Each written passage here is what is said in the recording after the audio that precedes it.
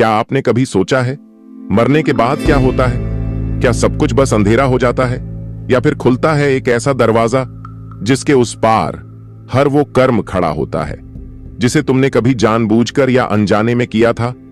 आज की कहानी एक ऐसे इंसान की है जिसने जिंदगी जी मगर जमीर को छोड़कर। उसने सब कुछ पाया, नाम, पैसा, सत्ता, मगर कुछ खो बैठा और वो था दयालुता। नाम था उसका विनायक माथुर और उसकी मौत उसकी कहानी का अंत नहीं बल्कि असली कहानी की शुरुआत थी।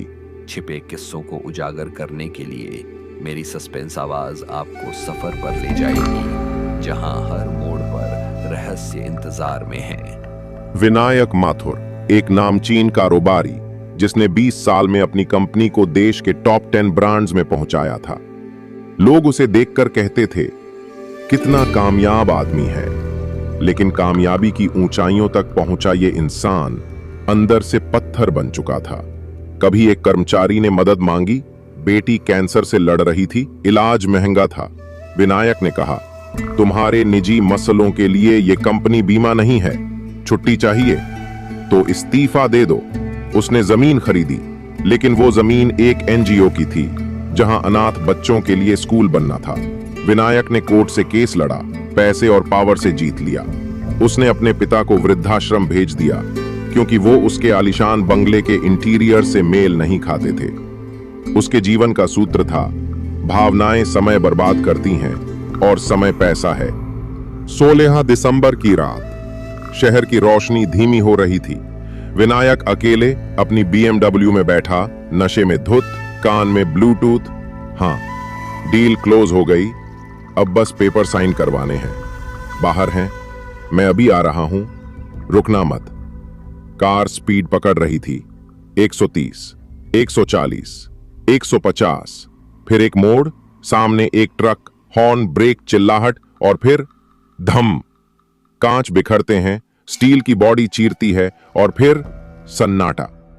आंखें खुली, लेकिन इस बार वो हॉस्पिटल में नहीं था। नीचे देखा, उसका खुद का शरीर लहूलुहान पड़ा था। लोग इकट्ठा हो रहे थे, पुलिस आ रही थी, पर वो ऊपर हवा में तैर रहा था। क्या मैं मर गया? उसके शरीर से एक हल्की रोशनी निकल रही थी, वही उसकी आत्मा थी।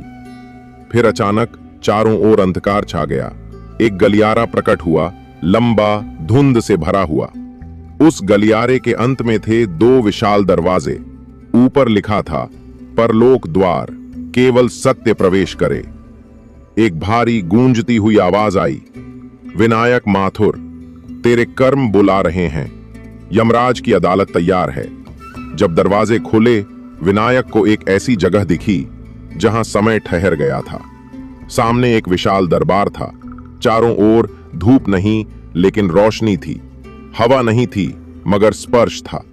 बीचों बीच सिंहासन पर विराजमान थे महायमराज, काले वस्त्र, त्रिशूल हाथ में और आंखों में न्याय की ज्वाला। उनके बगल में खड़े थे चित्रगुप्त, जिनके हाथ में एक सुनहरी पोथी थी। विनायक का जीवन, हर पल, हर विचार उस पोथी में दर्ज था।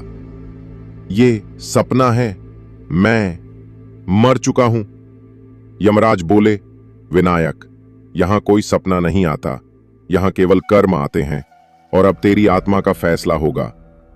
चित्रगुप्त ने अपनी पोथी खोली और हाथ उठाया। सामने हवा में 3 दृश्य प्रकट हुए। हर दृश्य उसके जीवन का एक कड़वा सच था। पहला दृश्य, विनायक अपने कर्मचारी को निकाल रहा है, उसकी बीमार बेटी ICU में थी। दूसरा दृश्य, विनायक जमीन हथिया रहा है, अनाथ बच्चों के स्कूल की। तीसरा दृश्य, विनायक अपने वृद्ध पिता को कहता है, अब आप मेरे जीवन में फिट नहीं होते, वृद्धाश्रम आपके लिए बेहतर है।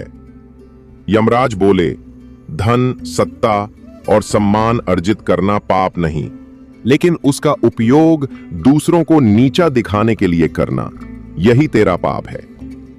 अब विनायक को ले जाया गया 3 कर्म कक्षों में।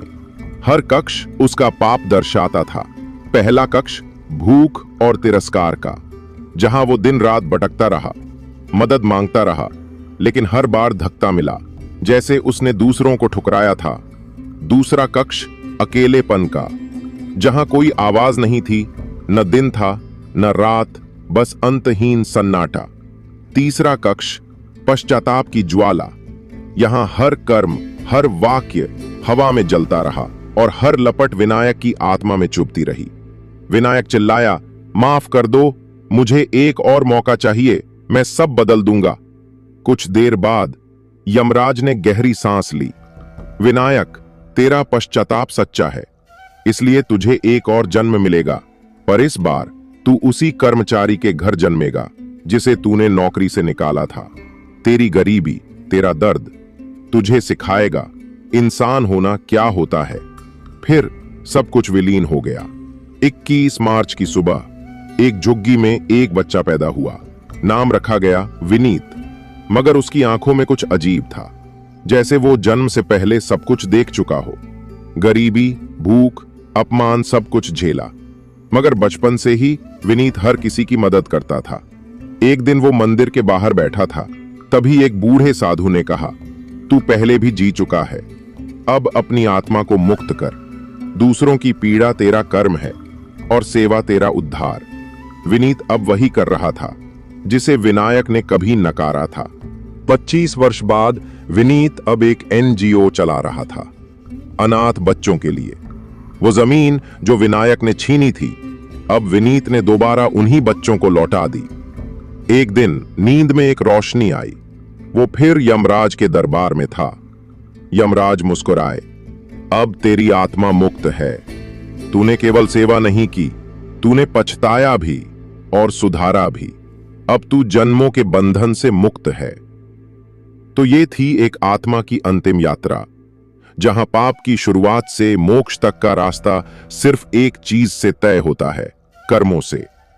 याद रखिए, धन, सत्ता, प्रतिष्ठा सब यहीं रह जाते हैं, मगर जो साथ जाता है वो है आपका व्यवहार, आपके कर्म और आपकी भावना। मृत्यु एक अंत नहीं है, वो आपके जीवन की रसीद है जिसमें लिखा होता है आपने क्या पाया और क्या खोया। अगर ये कहानी आपके दिल को छू गई हो तो इसे लाइक जरूर करें। अपने विचार कमेंट्स में लिखें। क्या आपने कभी ऐसा महसूस किया है कि आपके कर्म आपका पीछा करते हैं? इसे शेयर करें ताकि और लोग भी समझें कि कर्म सिर्फ शब्द नहीं, न्याय का आधार है। और ऐसी ही सच्चाई से जुड़ी, गहराई से भरी कहानियों के लिए रहस्य चैनल को अभी सब्सक्राइब करें, क्योंकि यहां हर कहानी में छिपा होता है एक रहस्य जो आत्मा तक पहुंचता है